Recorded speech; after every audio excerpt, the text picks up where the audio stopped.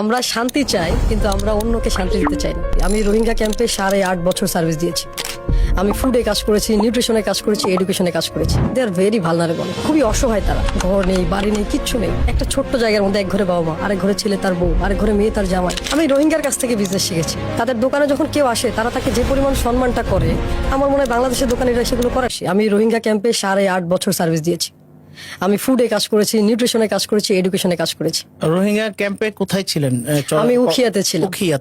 উখিয়াতে ছিলাম। আমি 13টা ক্যাম্পে কাজ করেছি। সো আমাদের যে প্রজেক্ট ছিল, আমরা 51,000 ফ্যামিলিকে, মোর দ্যান 2 লাখ রোহিঙ্গাকে খাবার দিয়েছি, সার্ভ করেছি। তো থাউজেন্ড কমপ্লেন আমরা হ্যান্ডেল করেছি আর কি। রোহিঙ্গাকে হ্যান্ডেল করা যে কি পরিমাণ টাফ।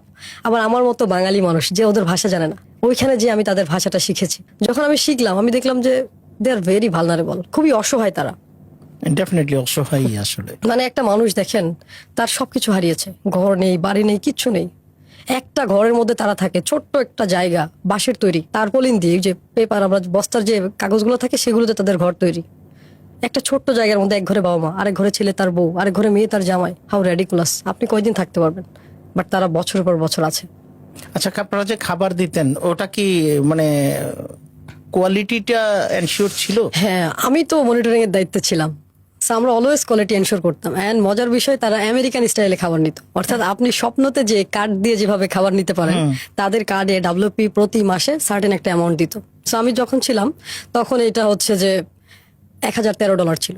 $1,013 মানে 1,013, মানে পার পার্টিসিপেন্ট আর কি। পার পার্টিসিপেন্ট। সো ইয়েস, 1,013 লোড করা ছিল ওই কার্ডের মধ্যে ব্যালেন্স। ওটা দিয়ে তারা ফুড গুলো আপনাদের কাছ থেকে নিত। হ্যাঁ, $1,013 আমি বলে ফেলেছি, 1,013 টাকা। 1,013 টাকা। অর্থাৎ তারা 13 কেজি করে চাল পাইতো। 13 কেজি তাদের চাল ছিল একটা। প্রথম দিকে আমরা তাদেরকে বস্তা বস্তা চাল দিতাম, বাট ওরা কি করতো, এগুলো সেল করতো। পরে ডাব্লিউপি এটাকে ইয়ে করেছে, যেহেতু এটা অনেক আগের ঘটনা, 2018। সো এখন তারা হয়তো অনেক কম বেশি করেছে।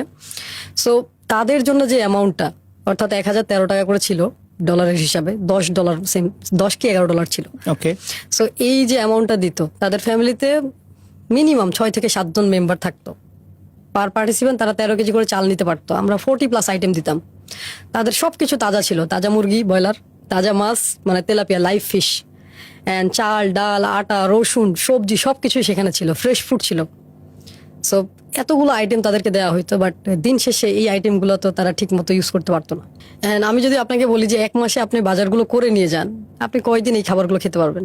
তাজা খাবার তো থাকবে না, শাকসবজি তো থাকবে না। রাইট। সো অনেকেই ভাবে যে তাদেরকে সবকিছু দেওয়া হয়, বাট তারা কিন্তু সবকিছু পায় না। তাদের স্ট্রাগলটা আরো ভয়াবহ। এই জন্য তাদের ফ্যামিলির ম্যাক্সিমাম লোক কাজ করে, কেউ দোকান করতেছে, প্রতিটা ঘরে ঘরে বিজনেসম্যান। আমি রোহিঙ্গার কাছ থেকে বিজনেস শিখেছি। আমার কাছে মনে হয় যে একটা মানুষ তার সবকিছু হারিয়েছে, কিন্তু তার যে প্রতিভা, অ্যান্ড মজার বিষয় হচ্ছে তাদের যে হসপিটালিটি, এটা ওয়াও। আপনি গেলে তারা আপনাকে আপ্যায়ন করবে।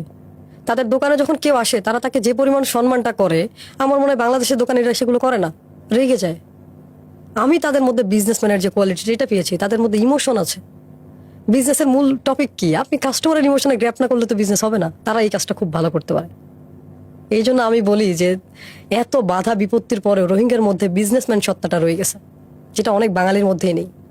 দাসত্বর মানসিকতা আমাদের।